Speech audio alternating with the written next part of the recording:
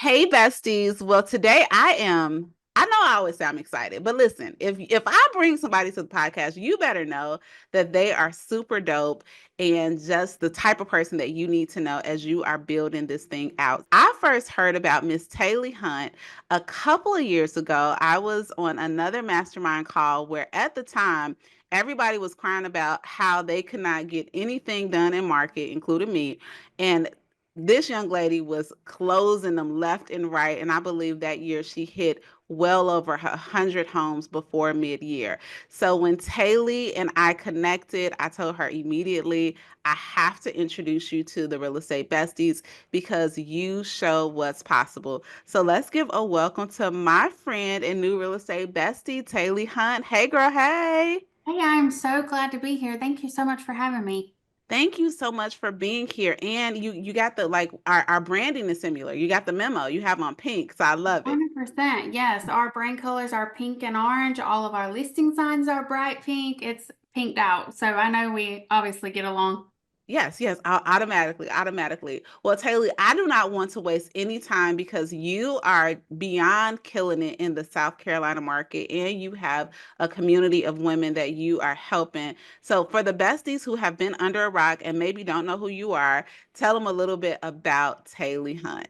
Yes, like she said, I'm Taley. I work in the Columbia, South Carolina market. So Columbia and about an hour surrounding. I moved to Columbia in 2020, and that's the same year that I got licensed. I am from a little small town in North Carolina by the name of Pembroke. I grew up in the poorest county in North Carolina. I went to college, graduated, and got my master's degree. But I wanted to work in higher education. That was my goal, was to work at universities. And I had no clue like what real estate even was. It was not something that I was exposed to growing up, buying and selling houses. When you grow up in a little small town and most people there don't have a lot of money, it's just not something that you are taught about. Yep. So I moved to Columbia in 2020, and at the time, it was the pandemic and it was crazy. And I was working for the state and my job went remote. So I moved with my husband, and then there were budget freezes because of the economy and the pandemic and the effects that it had on that. So I couldn't find a job, and someone said, "Oh, go get your real estate license," like it was easy. And I did, and I was scared out of my mind. And then I found out I was pregnant that summer. This was right as I was getting licensed. I found out I was pregnant on the day of my exam, actually. Wow. I know, it was insane. I took one test before the other, and they both were positive, and it was just mind blowing. And so I think then, you just kind of go into a feeling of overdrive of, whoa, this is like not about just me anymore. I'm going to be a parent and I have to provide. And so by the end of that year, I had got my first buyer under contract. They closed in February 2021. I had my baby in March of 2021, and then I sold 28 houses that year. 86 the next year, 145 the next year, and last year my team sold 160 units. Oh my gosh, Taylor, like you are like the poster child to it's possible, okay? It's possible, but there are so many agents that are like, wait, what, huh? Like how did that happen? So let's back up just a little bit. And I want to talk about that first closing because to be pregnant with your first buyer closing February 1st, and then you had your baby just a couple. When's your baby's birthday, by the way? March 26th. Oh, yay. My husband is March 20th, but my birthday is the 26th. So I feel a kinship to her in both Oh, yeah. March and 26th. Uh, So how was just that first transaction? Like how did you even get that first buyer? yeah. Because we all So, start with one. yes, so it was an agent referral, actually. I was on Facebook. I had no clue what I was doing, and I've never done any sort of cold calling, door knocking, paying for leads. I mean, I didn't even know how to do any of that. Plus, I was broke. Like I couldn't afford paying for leads. And because of the time we were in, I mean, people were not going door to door. People were kind of nervous to be around people. Open houses weren't happening because rates were like 3% and houses were flying off the market. So all I knew how to do was to get on my phone and get on social media. So no matter what market you're in, I think anybody listening to this has the ability to open up their phone, open up Facebook, open up Instagram, and try to connect with people. It's all about relationships. So I just started joining all of these Facebook groups that were made for real estate agents because I was in discovery mode. I'd had nothing to lose, had nothing in my brain about how to do any of this. So I said, I'm just going to learn. So in one of the Facebook groups I was in, someone posted and said, I'm looking for a real estate agent in Columbia, South Carolina for some friends of mine. And I was like all over it, like, please hire me, like, send me the referral. And they did. And they had no idea who I was, didn't know that I'd never done a deal before. They just sent me the business, which in hindsight is not best practice, but I was happy about it. And I sat down with that person during our buyer consultation, which was a hot mess in hindsight. And they said, oh, how long have you been licensed? And I said, oh, I got licensed after I graduated with my master's in business. And I said, oh, that's great. And they didn't ask me anything else. And I just let it fly. And at the very end of the transaction, I told them that it was my first deal ever. And they were so impressed. And right before that, they had also sent me their friend. So out of that one lead, I got 2 closed deals. And since then, they've also sold both of those houses with me. Girl, okay, I'm like jumping up inside because there were so many I don't know how to do's, right? Like you didn't know how to approach lead generation. Even the act of buying and selling was new to you because of your background. That wasn't something you were used to, but you just still stood up and did it. Like we call it doing it scared around here. Was there any voice inside of you? Because, and I know you know this too, because you get to coach women just like I do, and we hear that what if they ask me a question that I don't know? And what if this and what if that? Did those thoughts come up in your head with that first transaction? And if they did, what did you tell yourself to keep going? 100%. And it happened even before then. I never thought that I would be successful. I thought, who is going to hire the new girl in town who's pregnant, who has no experience? Like, who would want to hire me, and how am I even going to find people? The only person I knew in my area was my husband. And we were living in a little apartment complex, right down the road. I had no clue. I never even bought a house myself, so I did not know what I was doing. And I just have never been a quitter, like I might be scared and I might be like really intimidated and have low confidence in what I'm trying to do, but I'm going to do it anyway because I said I Yeah. would, and I also have a complex of like, I don't want to fail, which has become healthy and unhealthy at the same time over the years. But I did not want anybody to see me go out on this new venture and then not make it work. And so if I wasn't doing it for me and if I wasn't doing it for my baby, I was doing it so that all the haters wouldn't have anything to say? No, okay. So I love this about you.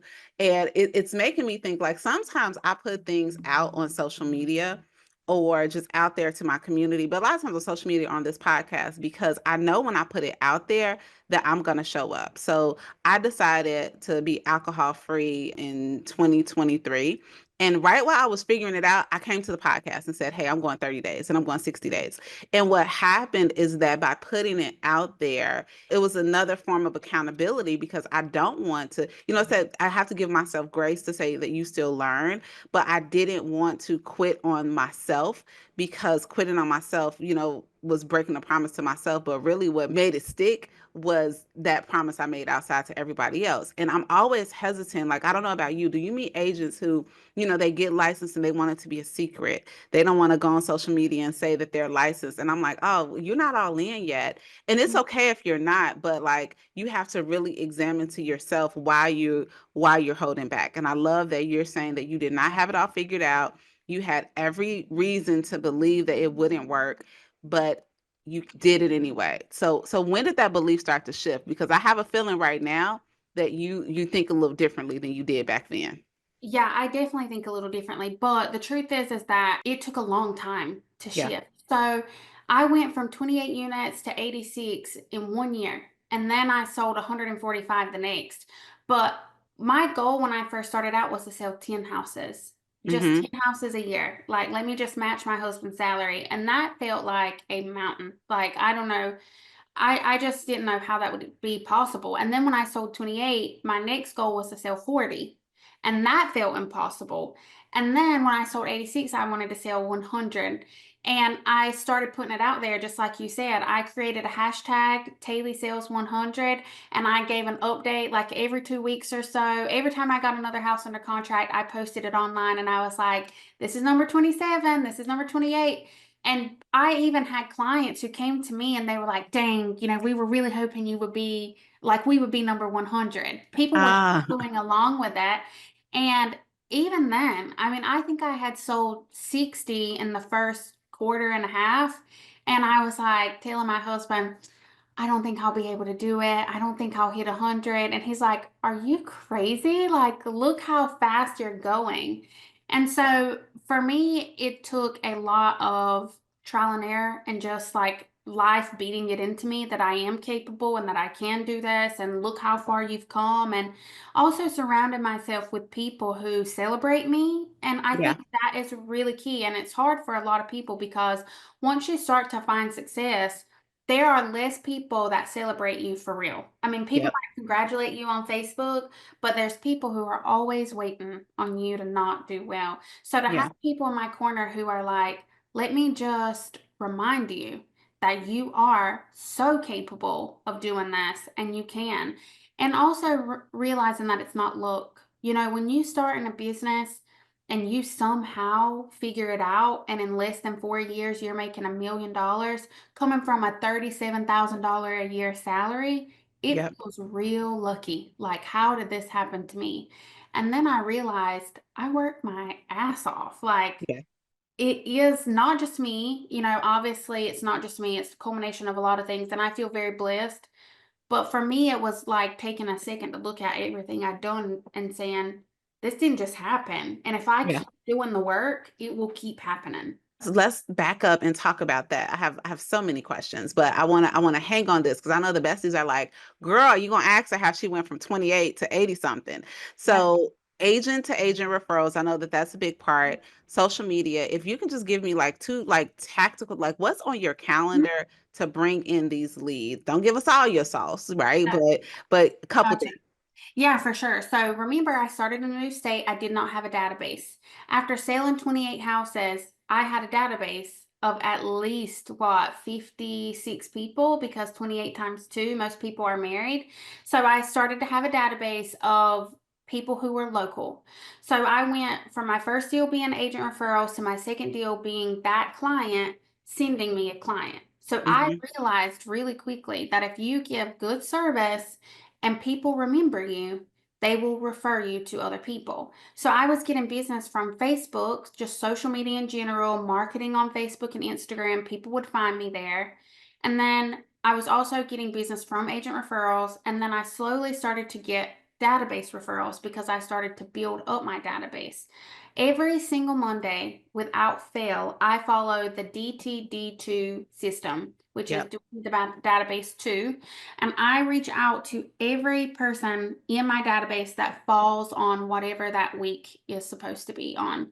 And I have done that for as long as I can remember. So I never let my clients forget about me. And it is very often that I have someone who reaches out to me and says, hey, so and so recommended you to me, and we need to buy or sell a house. And those are the best and usually Hmm. the easiest ones to close because they trust you. So last year, 50% of our closings came from our database. And this Wow. year, about 30% of them have come from the database, and the other two are basically equal split between agent referrals and social media. But my social media comes from Facebook, not Instagram. I get a lot of business from Facebook. Okay, okay. And I see it. I see you showing up on Facebook. So when you're calling the people on and checking in with them, are you calling to say, "Hi, it's Taley. I want to know, do you know anyone who wants to buy or sell?" Or what type of conversations are you having? No, so actually, I never call. I only text because I don't want anybody calling me in the middle of the day. So Okay. I figure Ooh. that they don't want people calling them in the middle of the day. right? So I just don't. All my people are busy, and I'm busy and I don't have time to sit on the phone for 15 minutes per person, especially when the people I'm doing this to are past clients and we have 500 of them. So it just is not feasible. So it is simple, more simple than you would think. It is a text message that says something like, "Hey, hope you're doing well. Was in your neighborhood showing a house the other day and I thought about you. How's everything going?" Or, "Oh my God, it's been 2 years since you bought your house. I cannot believe it. How are things going with you?" Or, "Happy March. I can't believe it's already March. Time flies so fast. Is everything going well with you?" And sometimes I'll make it a little bit more tactical. Like, let's just say I'm listing a house in a neighborhood that these people live in. I will say, "Hey, I was running comparables for a homeowner in your neighborhood, and I wanted to just kind of pass along this information for you. Figured you'd want to know what's going on in your neighborhood." And Yeah, sometimes I will say, "Hey, if you know anybody that needs to buy or sell real estate, like we would absolutely love to help." And most of the time, people are like, "Oh, I tell your name to everybody that I know?" right. So I just text and I do little check ins like, "How are you? How are your kids?" I find any excuse I can to talk to people. A client of mine the other day, I saw her pop up on my Instagram stories, and it wasn't her that posted, it was her hairdresser. And I noticed her. And so I sent her a message and said, "Oh my God, I saw you on so and so stories. Your hair looks so good. How are you?" So then we started just back and forth exchange. And for me, it's really about just a touch. And they don't always respond, but sometimes they do. And sometimes they respond after not responding. And they'll say, "Thank you so much for always checking in on us. Like, it really means a lot to me." I love that, Taylor. And I mean, honestly, you're kind of challenging my thinking a little bit, right? With texting, like going ahead and it's getting a text out is better than never picking up the phone, never calling. But one thing that I noticed though is you didn't just say, "Hope you're doing well." At every example that you shared with us, there was a call to action, there was a question prompt at the end that would prompt a two-way exchange, a two-way conversation. And I think that that is the missing piece to the puzzle a lot of times. So that I know that that's helpful for me. I imagine it's helpful for the besties too. I love that. Yeah, and I think that this is the one thing I do in my business that is not automated or pre-done. I mean, I post on social media myself. I don't have anybody doing that. I use coffee and contracts a lot to kind of help fill the gaps because I'm so busy that it's really hard for me to take the time to come up with a lot of original stuff. And for me, I'm okay with that because I've already built my brand. I've already built the recognizable part of like who we are and what we do. And so now I just need to remind people that we exist and that we're here and we're serving. And so I use those templates and make them my own. But this is the only thing that we do to stay in touch with our database that is personal. So I do it myself and it's not automated. However, we do have things that are automated, right? Like we do a newsletter every single week. My assistant does that. We have events every single quarter and we pre-plan those and send out mass text messages inviting people. So I know for a fact that at least 4 times a year, my past clients are hearing from me personally. If they Yeah. get a letter in the mail, that might not feel so personal. If they get an email, that may not feel so personal, but I am going to talk to you at least 4 times a year. No, that's awesome. That's awesome. So here is my question. And you've mentioned being busy because you are a mom, right? You are married. You have a lot, you're a team leader, you have a massive business. How does balance come? And I hate to even say balance. I reject the thought of balance. I really think about it from a standpoint of creating rhythms, right? I want rhythms for my home life, rhythms for my business, rhythms for my friendships, things like that. How has it been managing your business and from a mom, because I know you have the Momward group, so from a mom wife perspective over the last 5 years? It's been really hard. And I don't think there's a lot of balance either. I'm just going to be honest with you. I have spent a lot of time working. And the first year in my business, I mean, I had my baby in February. I closed my first deal in March. I never took a maternity leave. I closed more than a house per month that year. And so it was exhausting, and dealing with postpartum anxiety on top of that was really hard. And I kind of go back and forth with like, "Oh, do I regret working so much that year or not?" And I don't because it really laid the foundation for all that we have today. But there are moments when I feel which I think like we're all working through some sort of mom guilt or like Yeah. life guilt in general of like, dang, I wish I would have savored those moments a little bit better. But it has been hard and I work a lot. I mean, there's not a week that goes by, I think, that I'm not working 40 hours a week. And I think a lot of people get into the business for the flexibility of it. And I understand that. But the reason why I have worked so hard up until now is because, I'm currently 2 hires away from being able to be quote unquote out of production. Like I'm Mm. 2 people in my room away from not having to go on listing appointments and not doing buyer consultations and only having to show up for like the marketing piece of my business and doing my 20%. And so there's not been a lot of balance. I do still get to be currently the mom who doesn't really work on weekends and gets to be home for dinner and gets to tuck him for bedtime and all of that good stuff. And there's flexibility in like if something happens with my daughter and I need to drop everything, I can. But I foresee myself in like 6 months really getting all the rewards of all the work that I've done so far because there's a day coming soon that will exist where I can be done every day by 12 or 1 o'clock and spend the Yeah. rest of the afternoon with my daughter, or I can work almost totally remote because I don't have to go on all the appointments anymore. And that's what I've been building for. And that's not for everybody, but that's what selling over 100 houses a year does for you. That fast growth, that focused growth allows you to have a little bit more control of when you step away, you can do it confidently because you know that you've built the foundation and you've put all the pieces in the puzzle together. And now, like, everything is happening. So it's not been a lot of balance. It's not been easy. It's been a lot. And I can see it paying off every single month. We get closer and closer. And like I said, 2 hires away, and I will be the one that will be responsible for leading the team, building the brand, procuring the leads, and then letting my team handle the service side.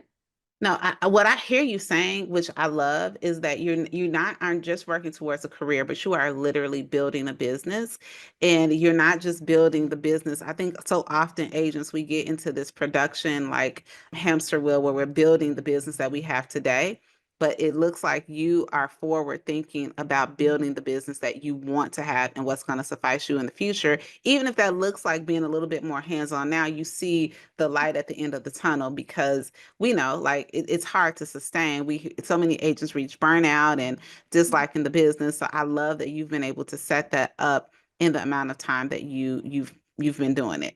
How did you switch to that? Like just to, like what, did you come into the business thinking that, or I don't think you did. When did you start thinking through that team and future and you being the person that's at the 30,000 foot view? How Yeah. did that shift for you?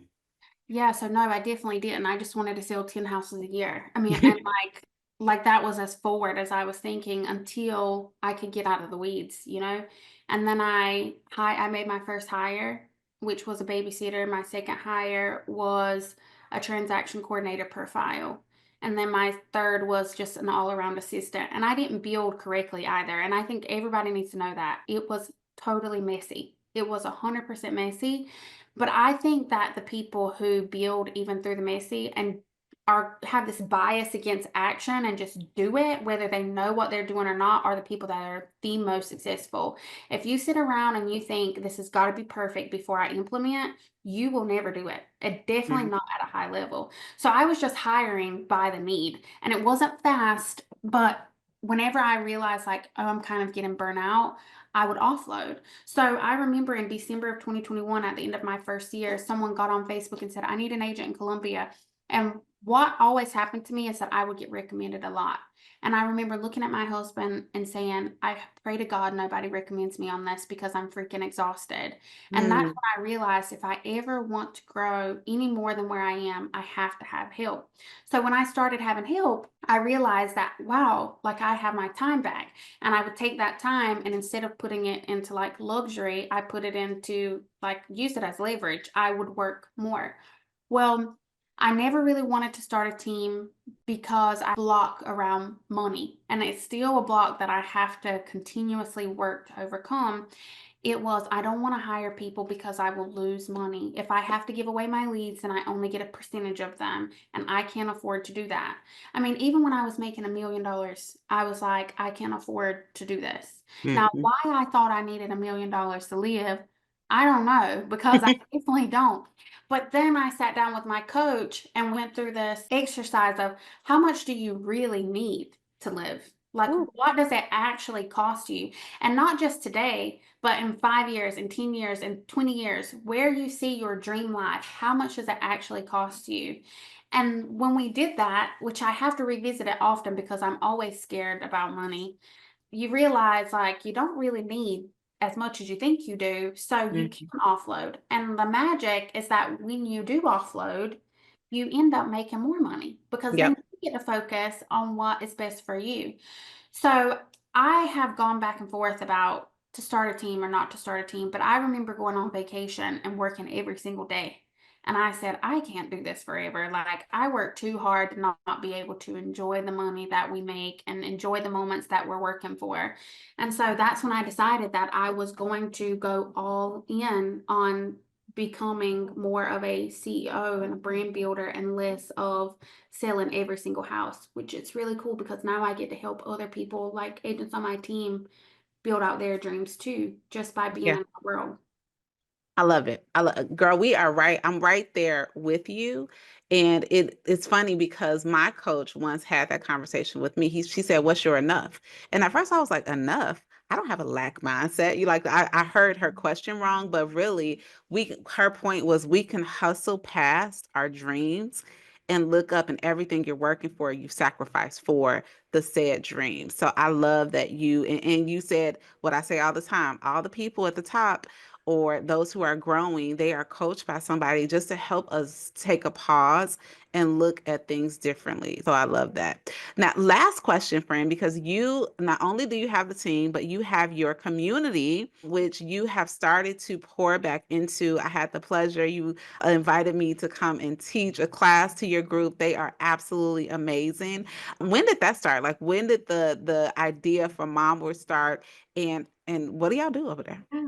I had a mentor tell me one time, you really need to start something where you're teaching moms in real estate because what I think happened very often, what I know happened very often, is that other moms would see me literally doing this with a baby on my hip and they would say, you know, how are you doing this? How are you making this work? How are you doing it as a mom?